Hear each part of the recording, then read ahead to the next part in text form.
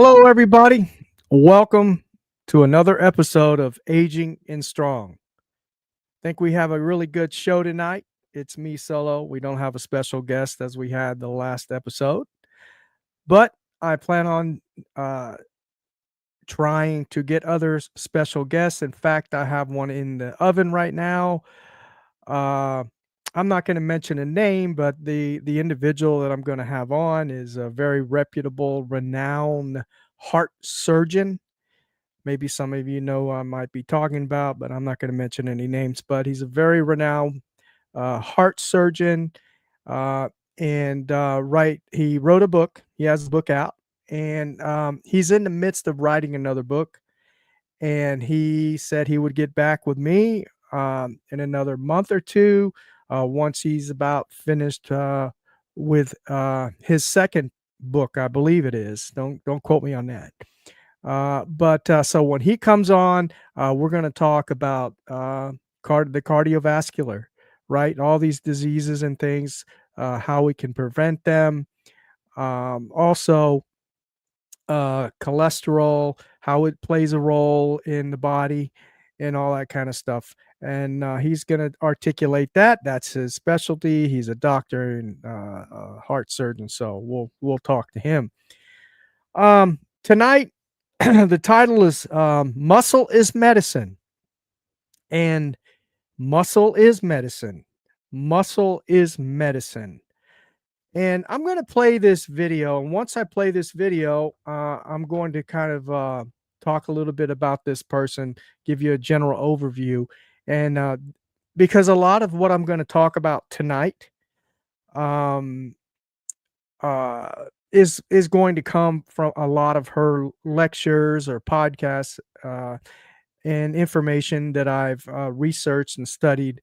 And she's a pioneer in the muscle centric medicine field right now.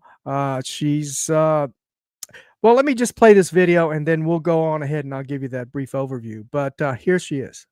Her name is Gabrielle Lyon, Dr. Gabriella Lyons. Just listen to her. About body composition, if you care about metabolic regulation, if you care about aging well, you cannot deny the dietary protein for that first meal of the day. And there's tons of research. In fact, when you look at the feeding studies, they typically look at that first meal of the day in terms of muscle protein synthesis and also hunger for the rest of the day. There is no downside to nailing that dietary protein, but there is downside to missing that. So that's Dr. Gabrielle Lyon, the importance of that first meal of the day, which consists of protein, preferably animal protein. And she recommends 30 to 50 grams after your, once you wake up in the morning, you have your breakfast, whether it be 10 o'clock, 11 o'clock, 12 o'clock, whenever you have your breakfast. She recommends the first meal of the day should consist of at least 30 to 50 grams of protein every morning. Now, a lot of folks will say, well, how am I going to get 30 or 50 grams of protein in every morning? That seems like a lot. And if you think, and it really isn't if you think about it, okay? I'll give you an example. For me, I usually have 3 eggs in the morning. That's 21 grams. Boom, right off the bat. I might have a glass of milk, a couple strips of bacon. That's close to 40 grams of protein. That is 30 to 50 grams of protein, right? That's what you should get in the morning. Reason for this is because when you have that protein early in the morning, especially if you're an active individual or older, especially older individual, because, we're focused on the 50, 55 plus community here, population or demographic, however you want to see it. And it's very important that they get that protein in. Older adults require more protein. Okay. We're talking about minimal, the RDA, right? Recommended daily allowance by the American Heart Association and all those folks.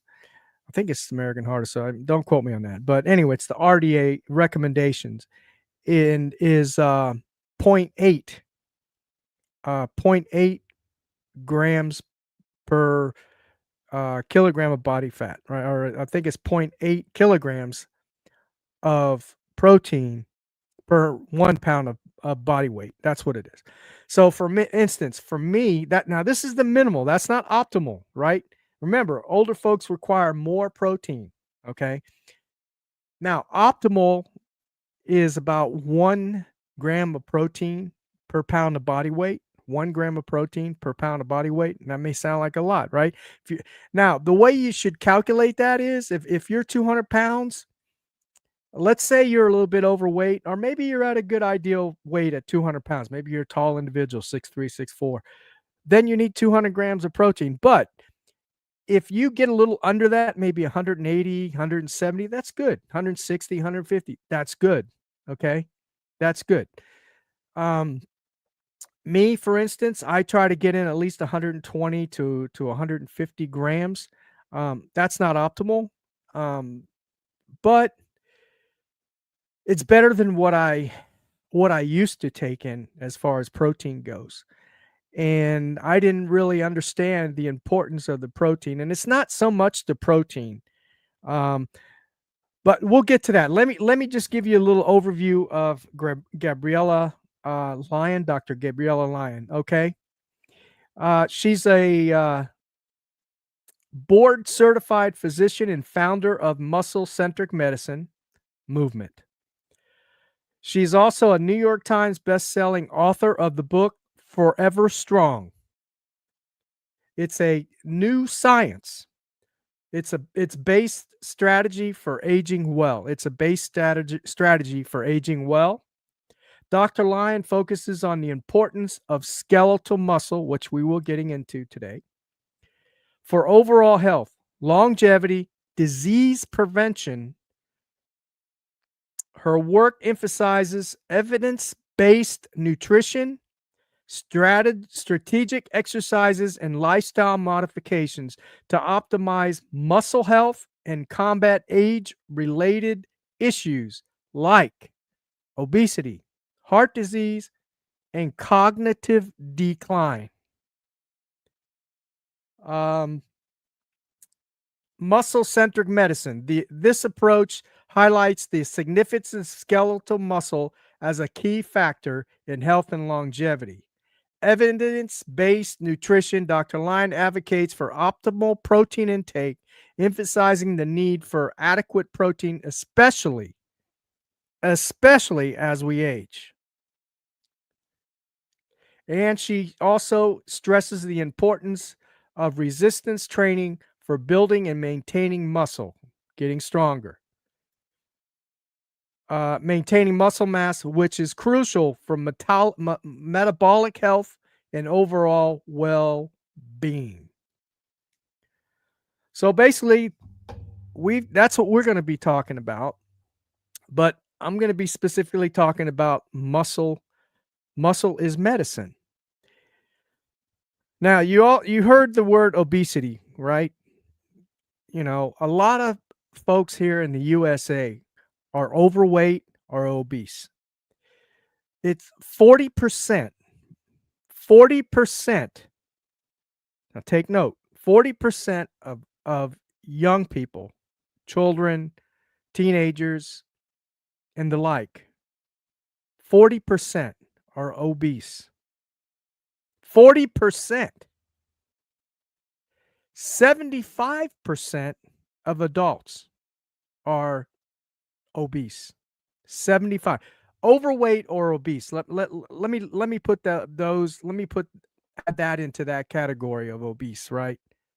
Overweight and obese. 75% of Americans. 75%.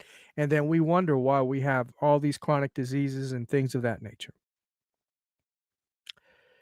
And in her studies and research, and she studies and she's mentored under Dr. Donald Layman, who is the pioneer of research and study of over 40 years of protein.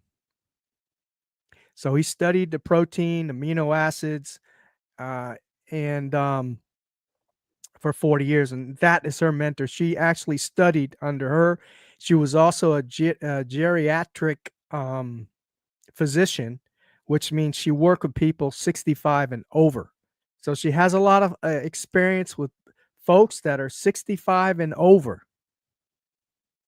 That's a geriatric physician or doctor. So we have an obesity problem. You would think, right? Well, in her studies working with older adults and folks that have been overweight and obese, with older folks and even younger folks, because this happens to younger folks as well, believe it or not. Sarcopenia and all that kind of stuff happens to young kids nowadays too. Why? Our children. Why? Because they're less active. They're on their computers, they're inside the house, they're not getting sun, they're not running around, they're not throwing the football around, they're not doing any kind of, well, some I'm not going to speak for all, but a lot of them are not doing a lot of sports. They may be a member of a sports team, like a little league team or something, but that's as far as it goes. When they're home, they're on the computers most of the time, things like that. Think of your own kids if you have kids or grandkids. What do they do? Are they outside playing a lot, or are they mostly inside? Got to think about that, because that's where this epidemic starts of obesity and being overweight and under muscled and not strong and all that. It starts when you're small, when you're young, right? So she coined the phrase. Now, this isn't, I didn't coin this. Another thing, I'm a disclaimer. I'm not a doctor. I'm not a coach, although I coach my wife in strength training.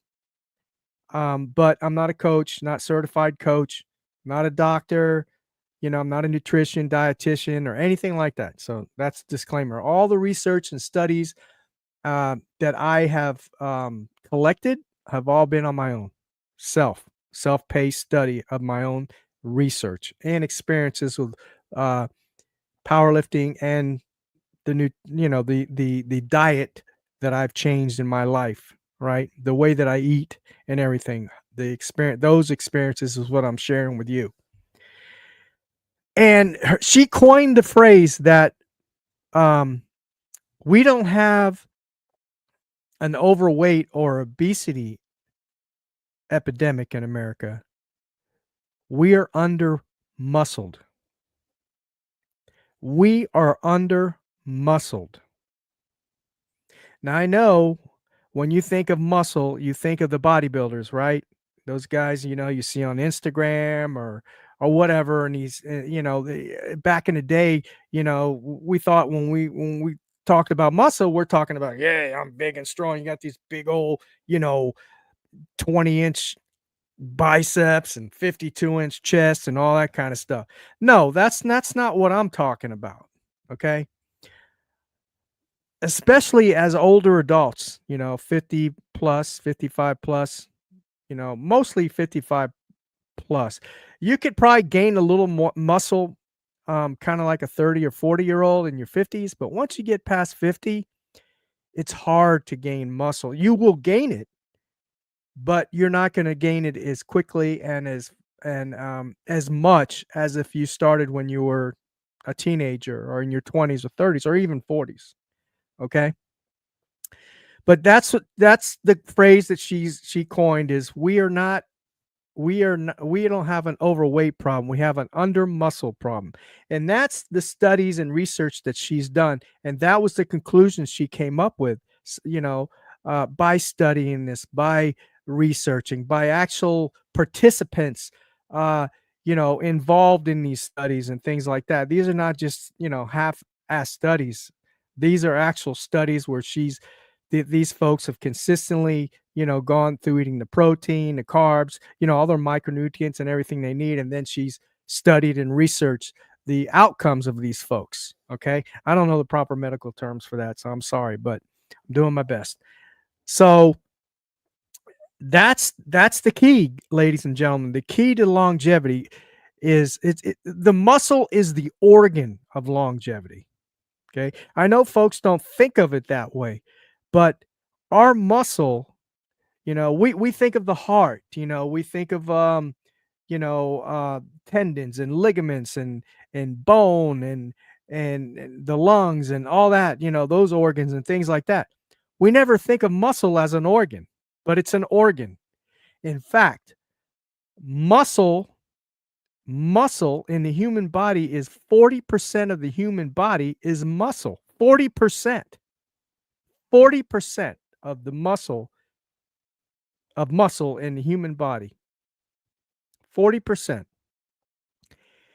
So a lot of these chronic diseases, a lot of that stuff, let me get my notes here because I written it down here, so I don't want to lead you astray. Okay.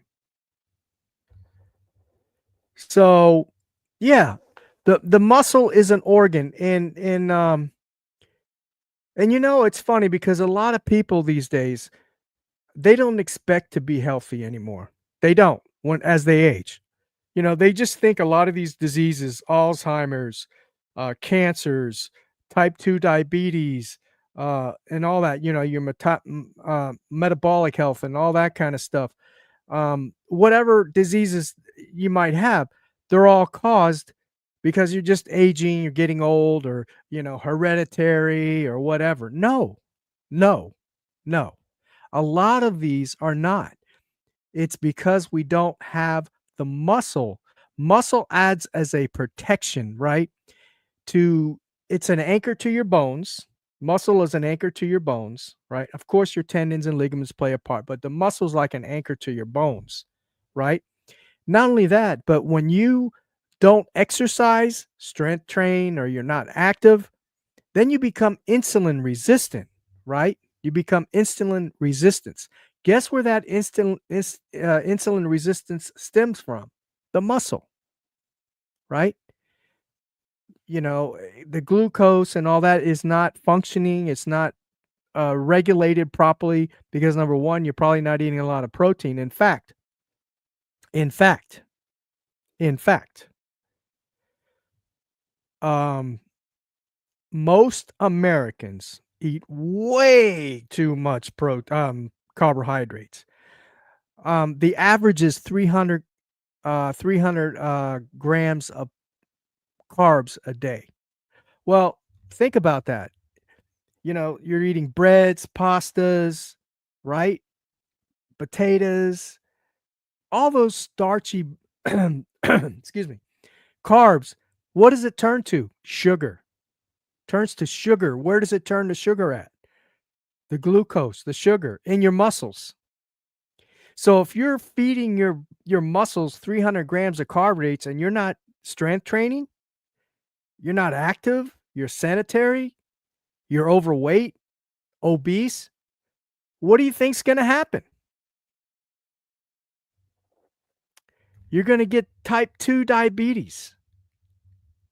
And then maybe later on down the road, right? Because Alzheimer's, right? Which is type 3 diabetes. That's what Alzheimer is. And it all, in my opinion, I said, again, I'm not a doctor. Do your research. There's PubMeds out there. There's all kinds of studies and research studies out there. You just have to compare them and read them and then gather your own, information and then come to your own conclusions. But it's out there. It's not like back in the day we depended on our doctor, right? He's the authority. He knows everything. Doctors are not taught about the muscles, right? And all that kind of stuff, right? There's not a test for muscle. There really isn't. But there's a test for glucose, there's a test for blood sugar, diabetes and cancers and all that kind of stuff, right? But not for muscle. But that's where it all originates from. All these diseases, chronic diseases and things like that. And the way to prevent that is by strength training, gaining muscle. And again, I'm not talking about the big muscle guys that you see, the body weight guys. No, you don't have to do that. Okay. In fact, you are not going to be able to do that unless you're drugged up on a lot of steroids and all this other crap that they take. Right. And that's not a healthy diet anyway. Those bodybuilders, that's not very healthy anyway. Okay. Number one, they're taking steroids. They're training harder than in overtraining, most of them. So and then when they get older, if they're not careful, they don't get off the steroids and they don't train a little, like appropriate for their age, there's a lot of damage that's going to be done to those tendons and ligaments. Because they're lifting weights and training so hard that the tendons and ligaments can't take that, right? Because they're all drugged up on these steroids and things like that, and whatever else they're taking. So I know a lot of women think, well, if I work out, if I lift weights, I'm going to look like a bodybuilder. No, you're not. You're not, especially an older woman. Okay, it's not going to happen unless you're on some kind of drugs, or you're just genetically gifted and on drugs. You're not going to get like those folks. So don't worry about that. I digress. But anyway, so all these chronic diseases, autoimmune diseases, and things like that, arthritis, osteoporosis, all that kind of stuff, it originates because of lack of muscle. We are under muscled. And they also have done studies, Dr. Gabrielle Lyon and also Dr. Donald Lehman. They've done studies where they've um, and even folks that were overweight, right, or obese, if you just get them on some kind of strength training program, whatever they can do, even just 1 day a week, they see changes and get them eating a little better, right? Changing their diet a little bit, not much, right? Just adding the protein, just adding a little bit more protein. They see tremendous changes in their cognitive functions, their blood, blood sugar and all that kind of stuff, and it just gets better. Okay, I don't know if it's completely healed, but it gets a lot better. Okay, in some cases, it probably is, in my opinion. Okay, like I said, I'm not a doctor or any of that, but so yes, the muscle is medicine. The muscle is medicine. You want to prevent some of these chronic diseases in the future? Add a little more protein to your diet, right? Add a little more protein to your diet, preferably animal protein, and strength train. Gain some muscle. Okay? You'll be surprised how much better you will feel and look. You're not going to look like a bodybuilder, but your body does change. Okay? You're going to have a little more muscle. You're going to be a little more toned. Okay? People are going to notice. Women, they're going to notice. Your husband's going to notice, or your boyfriend. They're going to notice.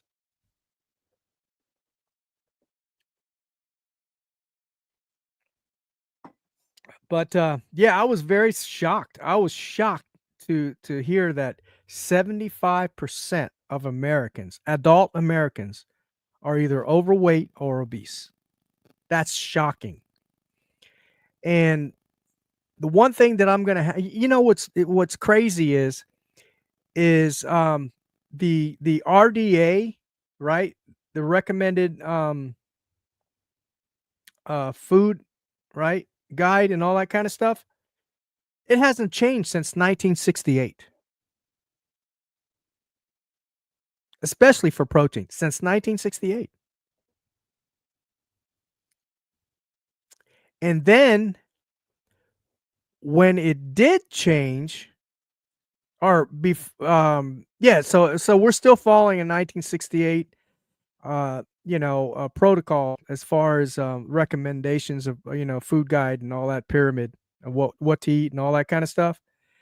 Then you got the push for no meat, whole meat causes cholesterol, eggs cause cholesterol. Well, there's studies out there now and research, publications out there. It says eggs are probably one of the best sources of protein you can eat. It's one egg is 7 grams of protein. It has all kinds of essential um, amino acids in it. And see, that's another thing real quick. I know I'm kind of beating around the bush here, but here's the thing too. Um, when I talk of protein, People see protein and, oh, protein, okay. It just builds muscle. No, no, it doesn't just build muscle. Actually, let me go back here. I have this in my notes as well. Let me see if I can find that. No, okay. All right. Protein, most proteins have like 20 amino acids, right? 20 amino acids, but there's 9 essential amino acids that your body does not produce. 9 essential amino acids that your body does not produce. So, there's 9 of them. But the most important one of all is leucine, okay? Leucine. And the only way you get leucine, well, is through protein, but you need at least 2.5 to 3 grams of protein, of leucine, okay, at each serving, right? Especially in the morning.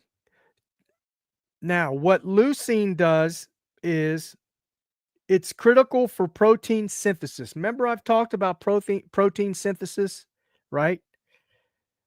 It's for muscle repair and the production of growth hormones. That's leucine. A lot of folks are lacking the leucine because they don't need enough protein. You need at least 2.5 to 3 grams in order for your body to essentially regulate enough protein, enough of the leucine to go through your body for for those critical needs that your body has to do, right? Which is muscle synthesis and repair and production of growth hormones. Okay. Also, I didn't mention uh, when you eat enough protein and the muscle and you gain muscle, that also helps with your hormones as well for women and men. Testosterone in men. Now, I'm not saying it raises it. There's no studies that suggest that it raises it, that it gets it better, or that it really improves it. But whatever testosterone for men specifically that you have, right? It will maintain it, and then eventually maybe it will improve. By how much, I don't know, but it definitely will maintain it. Okay. So if you're losing testosterone, if you want to keep it, you want to maintain it, then you need to strength train and you need more muscle. Same with women when they lose their hormones and things like that, they lose as well, but they can maintain their hormone levels and things like that, maintain them if they start strength training and muscle building. Best time to start is when you're younger, though, because all this stuff catches up with you when you get older, and it's a lot harder you definitely going to get the benefits of strength training and muscle, but if you started when you were younger, it would be a lot better for you, right? Because there's some people that probably starting to strength train now and they probably already got type 2 diabetes and things. Then it's a lot harder. It's a lot harder to improve that stuff as we get older. Okay. So there's 9 essential amino acids. You know, you could live without carbohydrates, but you can't live without protein. I'm going to say that again. You can live without carbohydrates, but you can't live without protein or water. You would disintegrate, right? Your whole body would just start breaking down because you don't have the proper amino acids. And now I'm not saying vegetarians, there's no chance for them to get improve and everything like that. I'm not saying that. What I'm saying is if you're a vegetarian now, you better be very precise with your diet. And If you want to add more, if you want to add more protein to your diet, more soy is probably good for you, tofu, things of that nature. Um, you know, and there's beans and things you can add, but you're going to have to eat a hell of a lot more in order, to maintain your muscle mass or the muscle that you gain. Okay, you're going to have to eat a lot more, and guess what that means? If you're an older like me, that means you're going to add more calories to your diet. Then you might start gaining the unnecessary weight that you don't want, right? So I prefer eating a low, I wouldn't say a low carb diet, but I try to watch my carbs. I don't I eat bread. I love bread. My wife makes bread, but I don't eat a lot of it anymore like I used to. I might have a piece here or there. Have a little fruit, have some vegetables, of course. I'm not saying there's anything wrong with that, but uh, if you're a vegetarian, you're going to have to eat a lot more tofu, a lot more. And as we get older, we lose our appetite. So, I prefer to have a 4-ounce steak and get my 30 grams, 4 ounces, as opposed to 6 bowls of quinoa, I think it is called, or whatever that is. Yeah, you know that's a lot, and that's a lot more calories that I don't need because I am a bit overweight. I got more muscle than probably your average 65-year-old, but I am a little overweight, in my opinion. I'm 200 pounds. I want to go down to about 185, 190. I feel comfortable with that weight. Also, another thing I wanted to mention too is this is crazy too. Remember we talked about older folks, if they fall down or whatever, they could have hip surgery or sometimes even death because if you're an older person and you don't have a lot of muscle and you're going to lose a lot of muscle, right? Even in a week, you're going to lose 2 pounds of muscle in a week. That's a lot of muscle. In 2 pounds a week, if you catch, let's say you're bedridden for in a week, you're going to lose 2 pounds of muscle, and because you're not moving around, and maybe you don't have a lot of muscle that can fight and protect a lot of these chronic diseases and things, or whatnot, and your recovery is lasting longer than it should. You can catch pneumonia because you're not moving and everything in your body is not moving. It's not regulated. It's kind of at a standstill. Catch pneumonia, you can die. That's one of the leading causes of death for older folks when they are bedridden in the hospital or whatnot. They get pneumonia. That's why when you're in the hospital, they lift you up, they move you around and turn you around and stuff. They got to get you moving, get that blood going. All those organs moving, including your muscle. The biggest organ in your body is the muscle. 40% of your body is muscle. Biggest organ in your body. Nobody talks about it.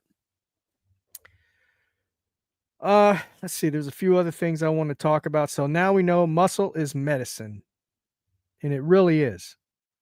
It really is, guys. When I started this podcast, and when I saw how weightlifting or strength training, not weightlifting, strength training, you can call it weightlifting, I guess, strength training and in adjusting my diet, have a lot better diet, what I eat now, and adding a little more protein into my diet and everything. I was like, wow, I can't believe the changes, my body composition, my head is clear and all that kind of stuff.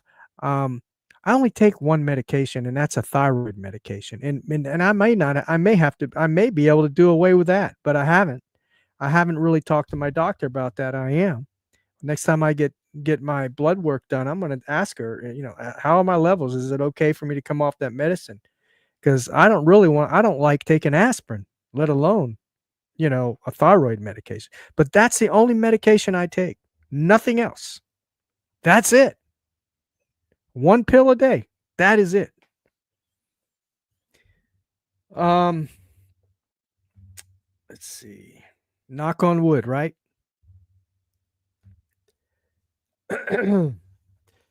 Also, I wanted to kind of make mention too, ladies and gentlemen. So is what I like to do eventually, what I like to do eventually is I want to talk to the group chat in here.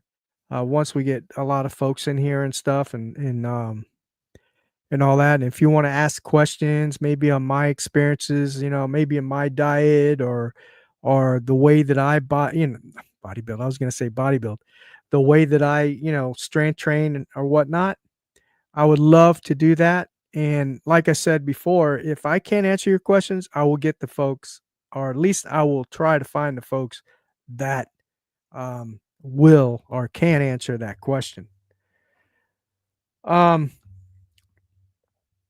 let's see what else that I wanted to bring up that was very important, I thought. Let's see.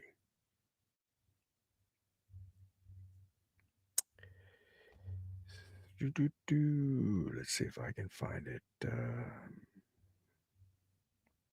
All right. So we talked about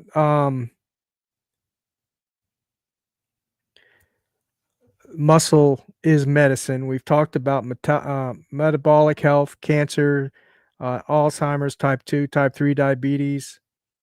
We are under muscled, not over fat. That was coined by Gabrielle Lyon. Okay, not me. Um,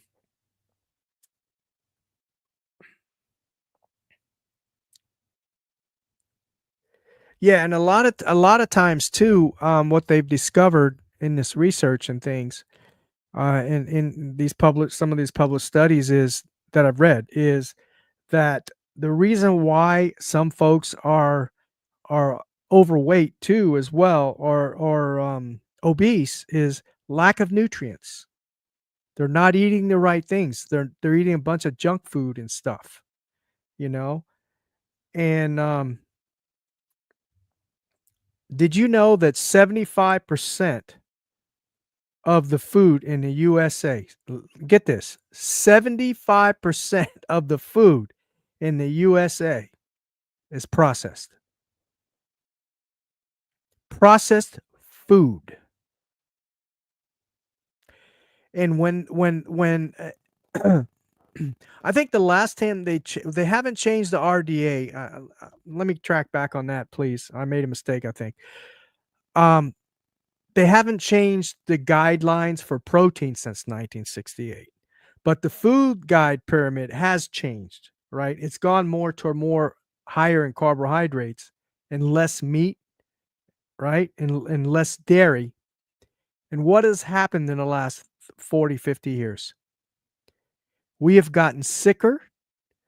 We have gotten, we've had more heart diseases, Alzheimer's diseases, all these chronic diseases that I've just talked about in the last 40 or 50 years since, since they changed that food guide pyramid um, to more carbohydrates, no eggs, it causes cholesterol, all that.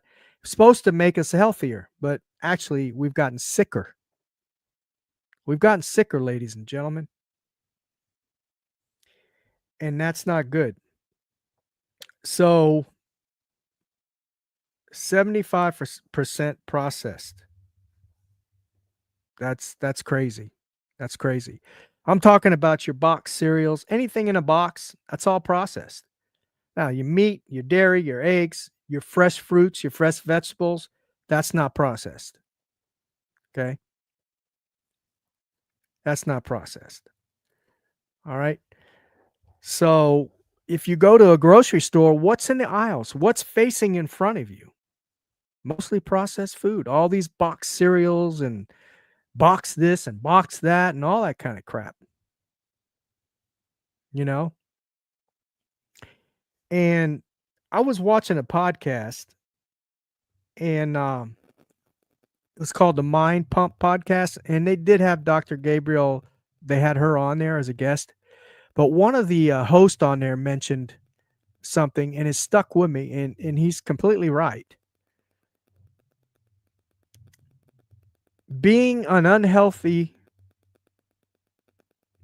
being, oh, being unhealthy right?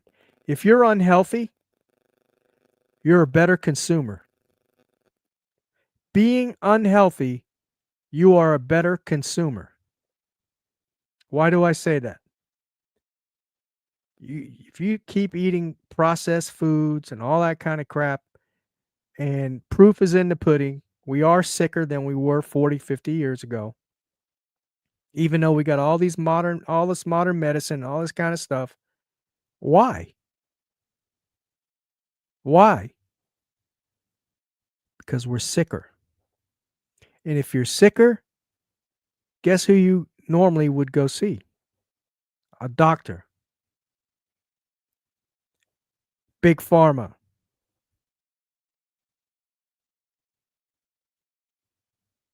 Think about it. We're keeping big pharma and doctors. Not we need doctors. I'm not saying we don't need doctors, okay? Because look, I'm talking about Dr.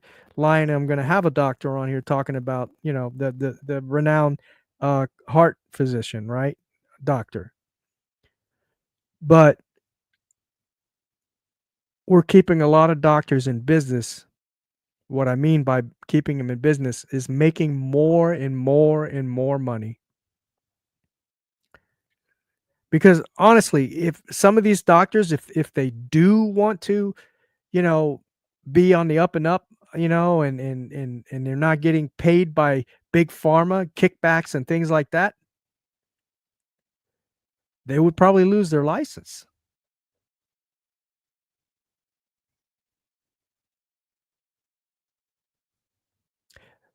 So, something to think about. Something to think about. And think about what I just said. Unhealthy. If you're unhealthy, you're a better consumer for big pharma, doctors, and the food industry. These big food corporations. Because hey, the RDA, the food pyramid said eat more of this junk food, right? Because it's healthy for you, right? All these cereals, heart healthy, all this kind of stuff. Anyway, all those cereals and things have tons of sugar. I mean, everything we eat seems like it has tons of sugar in it. Um, yeah, so muscle, as I talked about earlier too, muscle anchors the bone, and of course, bone is made of protein, vitamin D, and calcium. The bone is made up of protein, vitamin D, and calcium.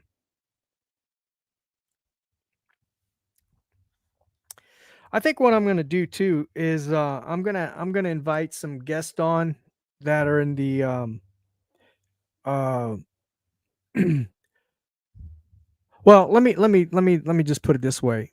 There's several folks out there in the spaces now, social media. They're promoting carnivore diet, which is mainly just all meat diet.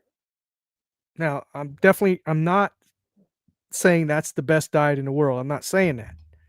It works for a lot of people. If anything, it's a food elimination diet if you have any allergies and things and all that stuff. There's some folks out there, Sean Baker, Dr. Sean Baker, Dr. Barry. There's others.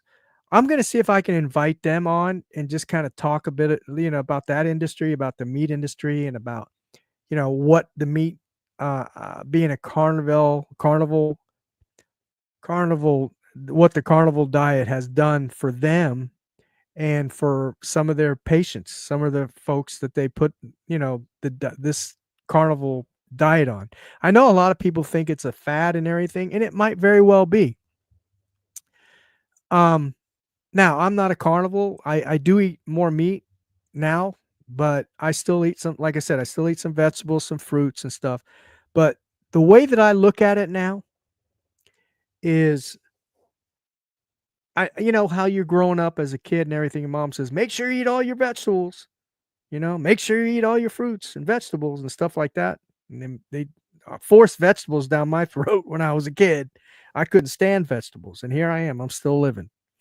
But the bottom line is, I do, um, I'm not against it. I think I think if you like vegetables, eat your vegetables. If you like fruits, eat your fruits. Um, but if I miss eating vegetables at a meal, or I don't have a fruit for a couple days, I'm not stressing over it, you know, because I know I can get my 9 essential amino acids, right, in my system through eating meat, quality meat, good quality meat, right? So I don't stress that much over it. I mean, there's sometimes I'll just sit down and have a, you know, 1 pound steak, 16-ounce steak. I'm good.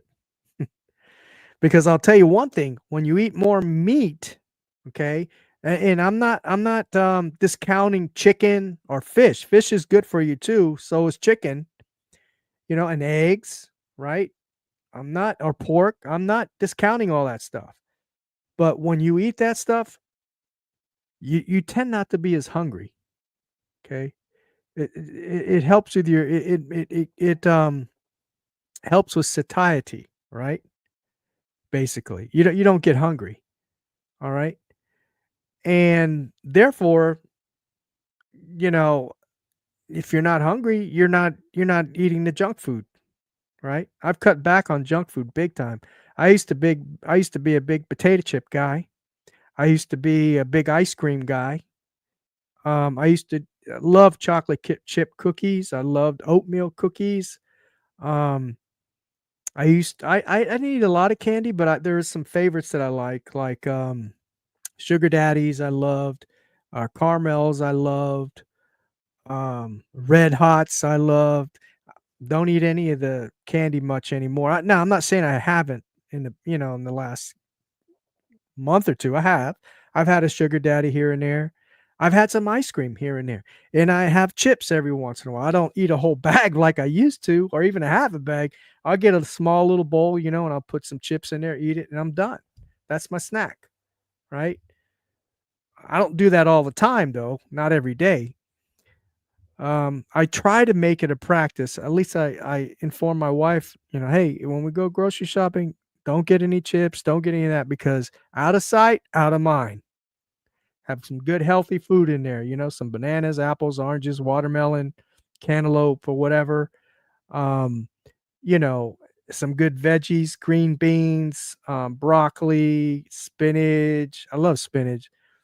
I like Popeye, right? And other greens I like too. Carrots I like, corn I like. Um,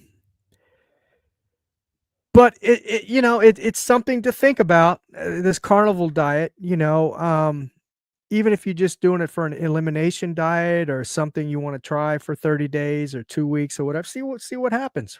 You know what I mean? Why not? It can't hurt you, right? Not for 30 days. Come on. I mean, it takes a long time of abuse of your body for a lot of these chronic diseases to occur. I mean, some of them don't occur for 30, 40 years.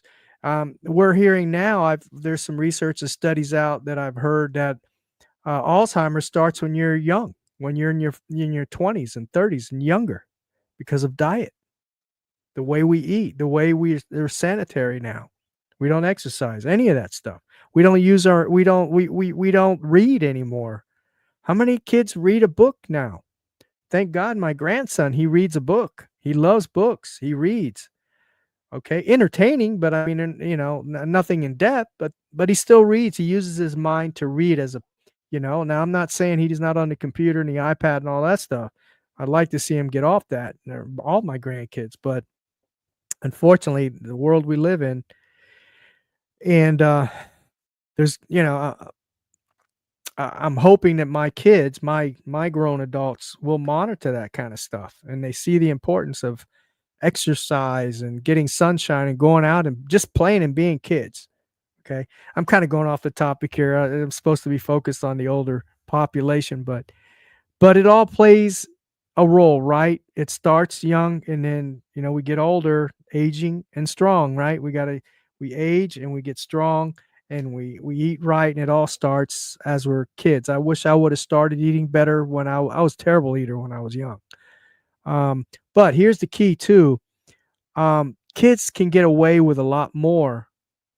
They're more anabolic than adults and older folks like me. So they can get away, their body processes, everything a lot more efficient than older people and adults. So they can get away with a lot of stuff more than we can. But you still want to start them off to get good practices, right? That you want to have them, just carry on until they get my age. So it starts when they're young. I hope folks out there will do that. Maybe make suggestions. I don't like to get involved in business with my kids, but I do make suggestions from time to time on diet and exercise and things like that. I know when they're over here, I try to get them outside and playing and eating right and all that. But I get it, especially if they got bad habits to begin with. It's hard to break them off.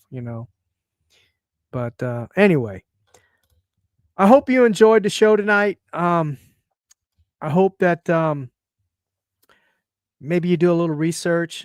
We had Andy Baker on here last episode.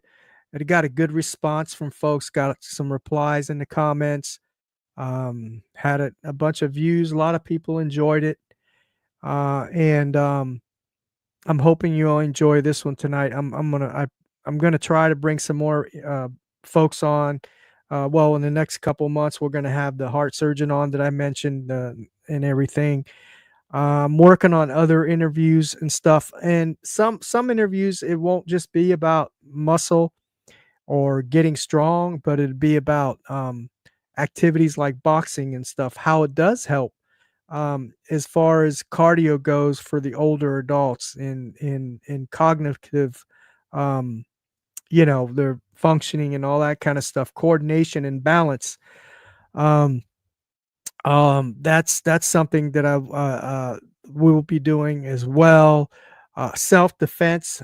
There's a gentleman that I know I'm going to reach out to that he's been big into self defense. It's been like 50 years. He's experienced in self defense and boxing and things like that, and other martial arts. That could be good for older folks as well, us as we age, right? For cognitive function, balance, coordination, and self defense as we get older, right? I mean, good self defense is just walking away, right, or not putting yourself in any position that might get you in trouble, right? That's the best self defense, right? Being aware, being alert of your surroundings and things of that nature. I'm very proud of my daughter-in-law today. She went to a local, not a, it was a chain, but a local chain that's located in here, maybe in this area that I live in, Houston. Maybe about maybe a mile and a half up the road. She went into this particular store and she was walking around and she saw a gentleman in there, kind of looked suspicious. He was wearing a mask and everything, one of those masks back in the day when the big C was around and everything. He had a mask covering his face and he was acting like he was coughing, and she just thought it was suspicious because he didn't have a cart. He was just kind of walking around in there, and she was kept looking, kept her, aware of her surroundings, right? Vigilant. She was vigilant, keeping her head on a swivel. She went up to the counter to go pay for her groceries, and she happened to be on the phone with my son, her husband, and the gentleman was standing right next to the cashier. And the cashier, her eyes were the size of quarters. She was shaking. She looked very scared, startled. Right away, my daughter-in-law noticed this girl's in trouble. Something ain't right.